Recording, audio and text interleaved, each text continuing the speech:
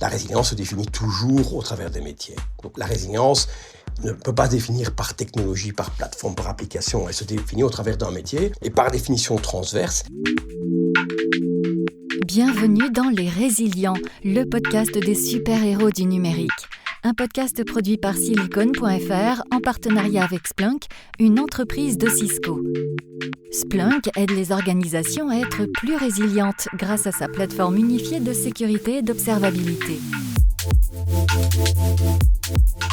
Bonjour à tous, bienvenue dans ce nouvel épisode des Résilients. Nous allons parler évidemment de résilience aujourd'hui, mais dans le monde de la finance et précisément dans le secteur sensible de la sécurisation de l'enregistrement des transactions sur les titres financiers comme sur les actions et les obligations.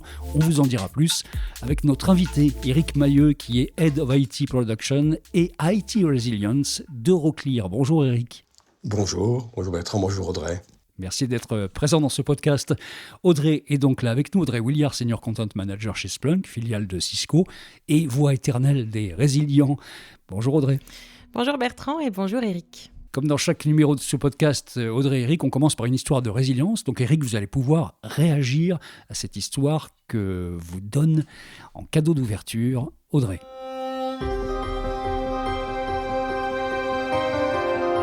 Et je vous emmène au tout début du printemps 2020. Le monde vient de basculer. Du jour au lendemain, tout s'arrête. Les rues sont désertes, les frontières se ferment, le monde retient son souffle. Mais sur les marchés financiers, c'est tout l'inverse. Ça s'emballe. Transactions records, liquidités sous pression, chaque minute compte. Les équipes sont sur le qui-vive, la tension monte, personne ne sait ce qui va se passer. On navigue à vue au milieu de la tempête. Eric, est-ce que vous vous souvenez où vous étiez à ce moment-là, au printemps 2020 ? Est-ce que vous rappelez aussi votre première réaction ? Qu'est-ce qui se passe dans votre tête à ce moment-là ? Parfaitement. Alors, ma première réaction de ce qui se passe à ce moment-là, c'est tout d'abord une vue, je dirais quasiment constante et real-time sur les réactions du système. Parce qu'on a observé immédiatement donc, des pics d'activité tout à fait inhabituels. Expliqué par les métiers, donc pas un suspect en tant que tel, mais avec des records en termes de transactions, en termes de volume processé, et donc évidemment des inquiétudes sur les ressources disponibles, sur les temps de processing, etc. Et je me rappelle parfaitement. Quels ont été les impacts chez vous, chez Euroclear ? Alors, il a fallu gérer à la fois un changement fondamental dans les méthodes de travail, avec graduellement pratiquement full remote work, donc pas immédiatement mais de façon graduelle, et en même temps un emballement sur le marché financier avec des tensions et des pics de volume très importants. Donc ça c'était vraiment le challenge. Et on se posait la question presque à chaque instant sur chaque activité, chaque changement de système. Est-ce que c'est le bon moment ? Est-ce qu'on a les bonnes mesures de protection ? Et donc, c'était vraiment extrêmement tendu, quoi. Oui, il fallait vraiment gérer les deux aspects. À la fois, tout à fait une autre façon de travailler, tout à fait nouvelle, et à un moment de tension très fort en termes de métier. Donc ça, c'était pour votre partie chez vous, chez Euroclear. Ouais, Après, il y a aussi tout l'écosystème qui a dû réagir, peut-être tenir ensemble aussi. Donc, il y avait cette idée peut-être de force du collectif, de se coordonner rapidement parce qu'il fallait garder la confiance aussi dans ces systèmes financiers. Et comment vous avez perçu, vous, la réaction de l'écosystème en entier ? Qu'est-ce que vous avez retenu ? Alors, ce que j'en retiens, c'est que finalement, l'écosystème a été beaucoup plus résilient que ce qu'on en aurait attendu. On avait quand même certains doutes globalement sur la capacité des entreprises à travailler à distance, à avoir les processus adaptés et pouvoir tenir la charge. Et finalement, il y a eu des moments de tension, mais on n'a pas constaté une vraie disruption du système. Et ça, c'était une très bonne surprise. Du coup, c'était une bonne surprise et ça a modifié un petit peu la façon de travailler ensemble ? Ou pas vraiment ? Totalement. Donc, ça a modifié la façon de travailler ensemble et ça a aussi modifié la façon de travailler localement parce que, en fait, on a dû structurer beaucoup plus notre communication, aussi en interne, et établir des méthodes de coordination et de communication qu'en fait, on utilise toujours. C'est parfait parce que c'est exactement ce qu'on va aborder aujourd'hui ensemble. C'est comment finalement des crises ou des préparations aux crises vont permettre finalement d'être plus résilient et de pouvoir naviguer, si on reprend cette analogie, parmi les tempêtes qui nous attendent. Absolument, Audrey, merci pour ce récit, puis ce premier échange avec Eric Mailleux. Je rappelle, Eric, que vous êtes donc Head of IT Production and IT Resilience. On reviendra sur ce titre-là d'Euroclear. Euroclear peut se définir à la fois comme un notaire et un plombier. C'est assez intriguant. Donc vous allez nous dire déjà comment est-ce qu'on peut expliquer le métier d'Euroclear, où est-ce que vous êtes géographiquement et qui sont vos clients. Ok, donc oui, l'analogie est assez amusante.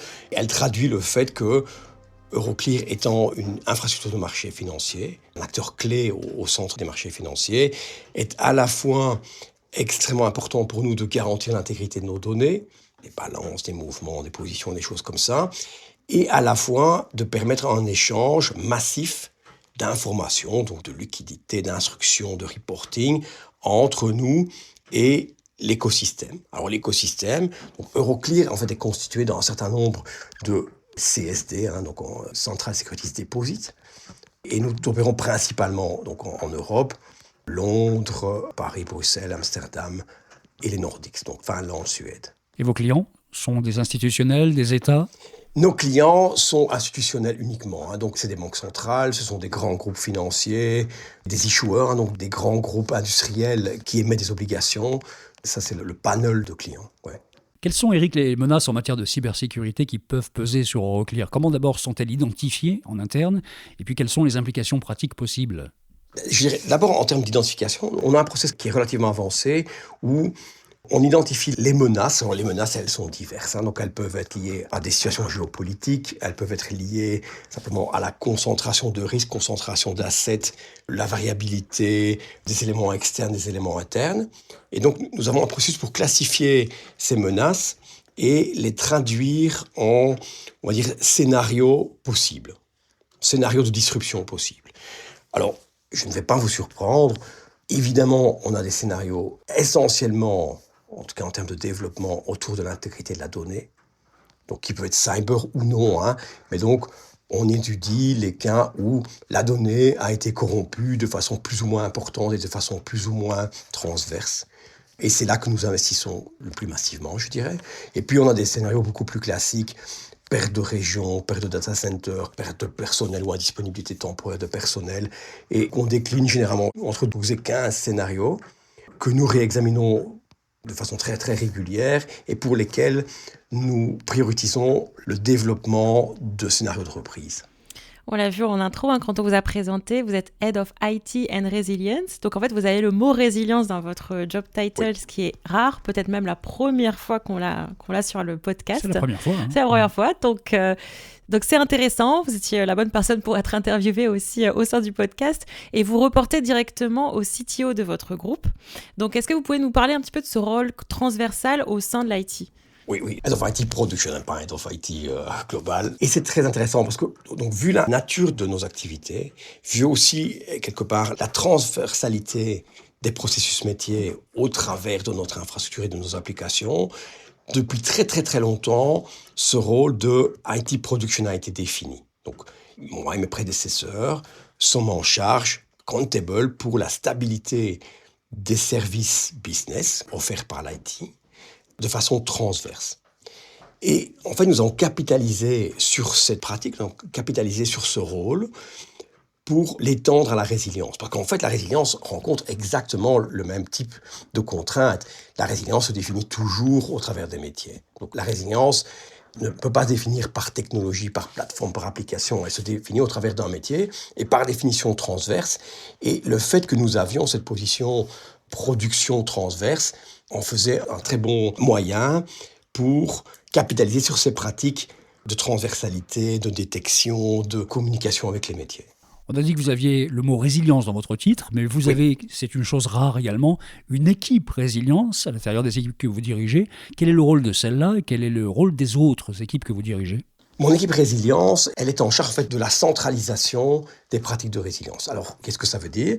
Ils interviennent à plusieurs niveaux. Je dirais d'abord dans l'analyse des menaces et dans l'analyse des scénarios de disruption. Ensuite, dans l'établissement de scénarios de reprise, ou de BCP typiquement, et l'établissement et l'exécution de scénarios d'exercice. Donc, on essaie toujours d'avoir des exercices qui sont le plus proches possible de la réalité, si possible dans des environnements de production eux-mêmes, ou des environnements de production isolés ou quasi-production, avec les acteurs qui seraient concernés en cas de crise réelle. Donc typiquement, si j'ai un problème on va prendre un scénario perte de data center, mon équipe résilience a pour mission notamment de écrire un scénario de test ou d'exercice possible et probable. Ils vont commencer à réfléchir, dire comment est-ce qu'on peut isoler un data center pour simuler la perte du data center primaire et exécuter toute la reprise par les opérateurs, donc par les gens qui exécuteraient cette reprise en temps normal. Donc ça, c'est un aspect pour moi très important, c'est l'opérationnalisation des scénarios de reprise. Et c'est aussi une des raisons pour laquelle on a quelque part, pas fusionné, mais on a rapproché ce rôle de résilience et ce rôle de production. Et les autres équipes que vous dirigez ? Les autres équipes que je dirige, donc on a toujours dans Résilience une équipe qui est plus particulièrement en charge du pilotage des nouvelles capacités, des nouveaux développements autour de la résilience. Donc dans notre processus d'analyse de menaces et définition de scénarios, dans certains cas, on arrive à la conclusion que nous ne sommes pas suffisamment équipés. Donc il va falloir développer des outils, des processus, parfois modifier le comportement de certaines applications, de certains services. Et donc, il faut piloter ces changements, s'assurer qu'on a donné les bons requirements, qu'on a formulé les bonnes demandes pour que le delivery corresponde finalement à nos besoins. Donc, j'ai une équipe résilience qui est dédicacée là-dessus.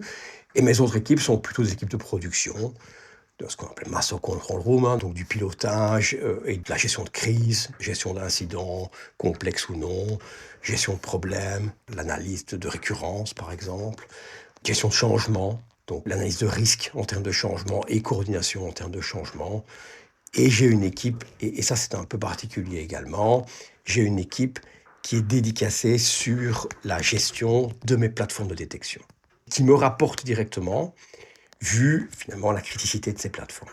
Donc par rapport à l'organisation des équipes, certaines s'occupent de la détection et de l'intervention 24 heures sur 24, 7 jours sur 7, gestion de plateforme, on peut l'évoquer, un Splunk par exemple.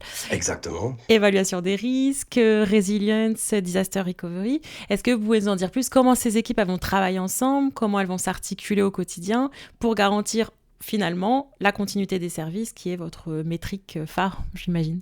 Oui, exactement. Donc, je dirais que tout commence par la détection.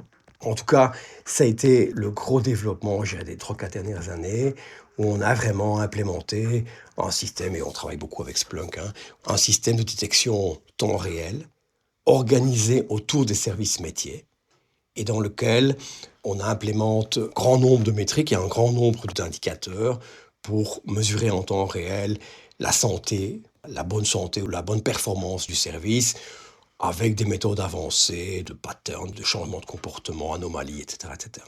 Pour des personnes qui nous écouteraient aujourd'hui et qui aimeraient améliorer leur méthode de détection, est-ce qu'il y a des choses qui fonctionnent bien chez vous ? En termes de détection, ce qui est très très important pour moi, et beaucoup d'entreprises, et nous aussi dans le passé, travaillent toujours sur base d'events et de détection automatique par incident. C'est une source d'information importante, mais ça ne peut plus être la seule source d'information. Donc la transformation que nous avons opérée autour de la détection, c'est de transformer en fait des opérateurs qui routaient des tickets et qui étaient en fait, de façon un peu illusoire, supposés avoir toujours un scénario de routage ou d'application d'une procédure pour tout type d'incident automatique qui pouvait remonter. Et on sait que ça ne fonctionnait pas. Et on sait que ça fonctionne la plupart du temps, mais pas toujours, et surtout dans les périodes de crise et les périodes les plus relevantes. Et donc, on a transformé le métier de ces opérateurs en un métier où ils doivent prendre des décisions. C'est-à-dire qu'on leur donne les moyens d'avoir accès à des informations.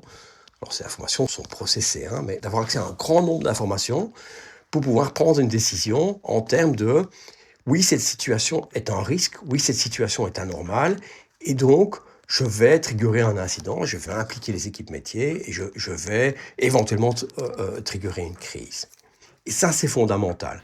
Donc on l'a bien compris depuis quelques minutes, Eric, vos équipes font de l'observation, reportent en temps réel aux équipes métiers. Ce qui est vraiment intéressant, c'est que vous avez donné accès au dashboard à ces équipes métiers avec un système d'aller-retour. Qu'est-ce que ça apporte, cette manière de fonctionner, sur votre capacité de détection et de réaction ? Alors, ça nous a permis, d'une part, d'aller beaucoup plus loin dans l'analyse en termes de détection, parce que on n'a plus une personne qui doit prendre une décision, je dirais presque seule devant son écran, mais qui a à sa disposition une équipe y compris une équipe métier, avec laquelle il peut échanger sur « j'observe tel type de données, j'observe tel type de comportement », et surtout, on partage les dashboards, donc on partage les données. Donc les personnes métiers et les personnes, je dirais, IT détection, parlent le même langage, la plupart du temps. Donc, parce qu'ils observent les mêmes éléments. Après, évidemment, les dashboards ne sont pas toujours exactement identiques, suivant la mission, mais on a ouvert des fenêtres sur le même événement, et donc les gens observent ensemble le même événement du même angle, je dirais.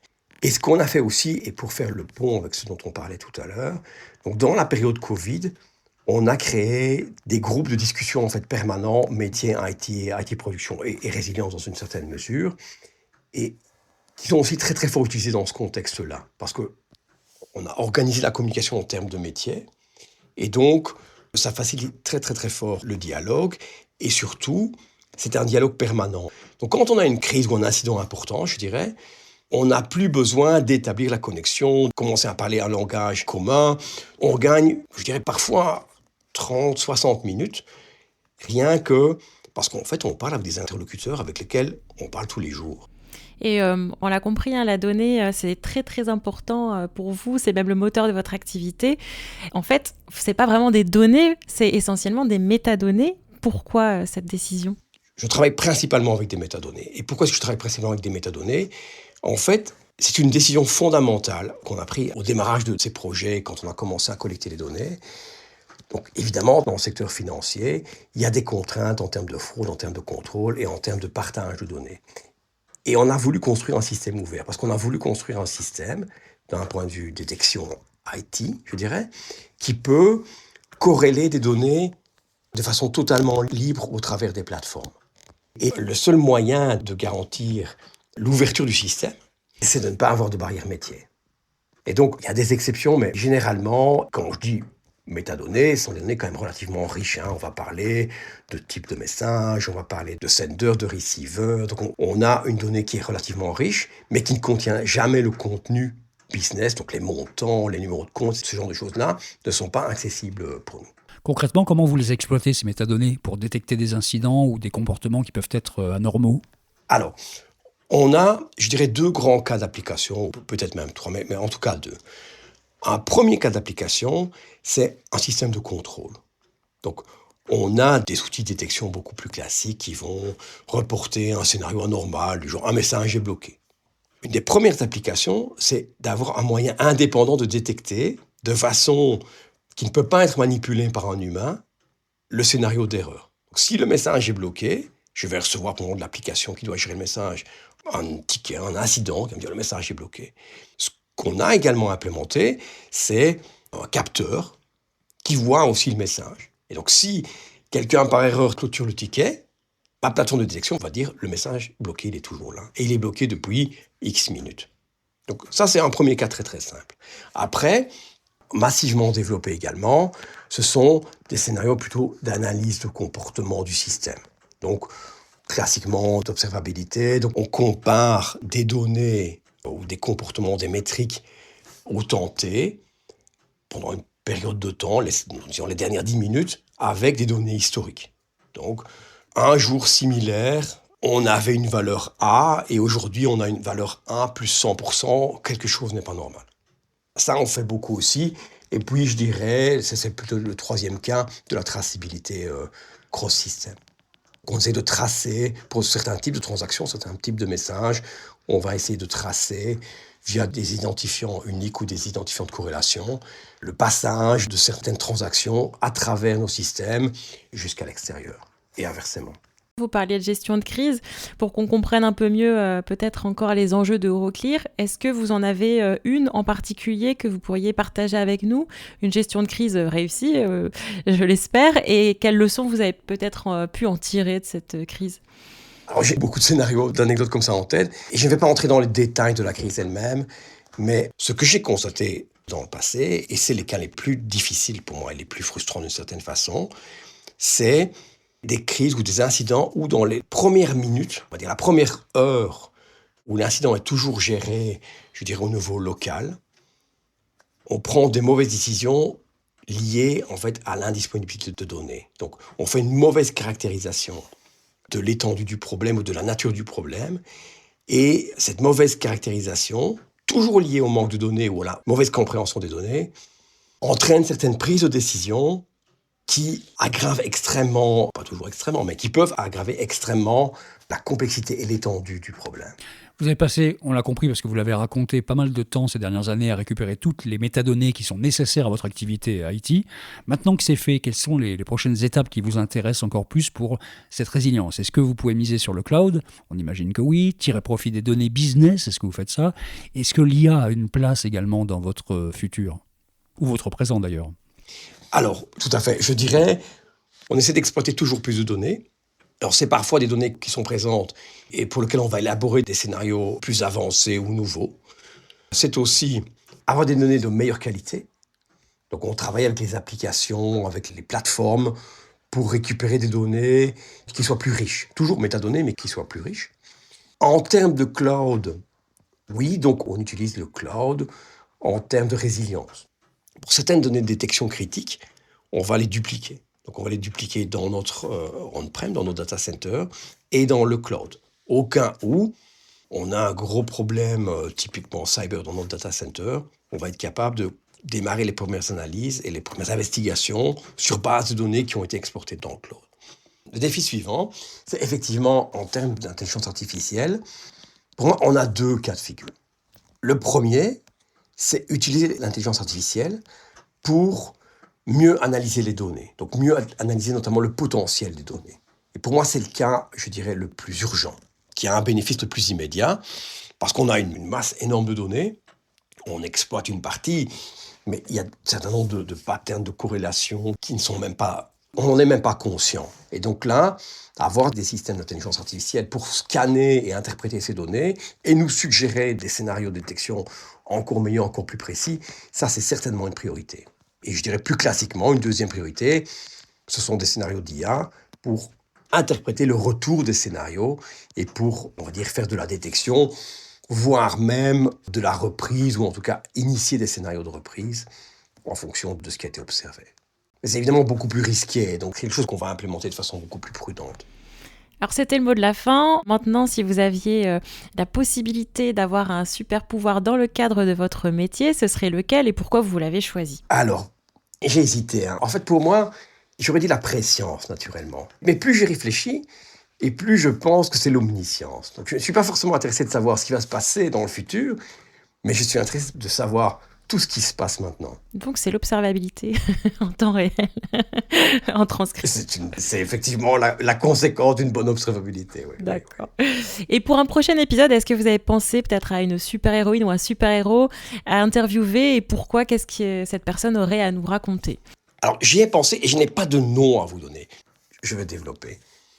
Quand je regarde l'actualité et d'une façon générale, je suis toujours très impressionné par, dans des catastrophes naturelles ou des incidents industriels, des choses comme ça, les primo-intervenants qui sont parfois pas très très bien informés, mais qui sont en fait confrontés à des situations extrêmes et pour lesquelles ils doivent prendre des décisions qui sont littéralement parfois de vie ou de mort, en tout cas des décisions extrêmement importantes. Et donc j'ai toujours énormément d'empathie, énormément d'admiration pour ces gens qui, parfois de façon extrêmement fortuite, se retrouvent confrontés à des événements extrêmes dans lesquels ils ont un rôle prépondérant à jouer.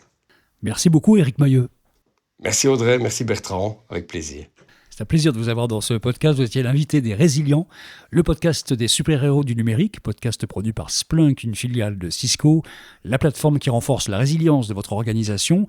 L'écriture de l'histoire d'intro et l'accompagnement éditorial de ce podcast sont comme d'habitude à mettre au crédit d'Audrey Williard. Merci Audrey. Merci Bertrand et merci Eric d'avoir accepté l'invitation. Et de mon côté, j'ai pris en charge l'animation et le montage de cet épisode. Merci à tous de nous avoir suivis une fois de plus.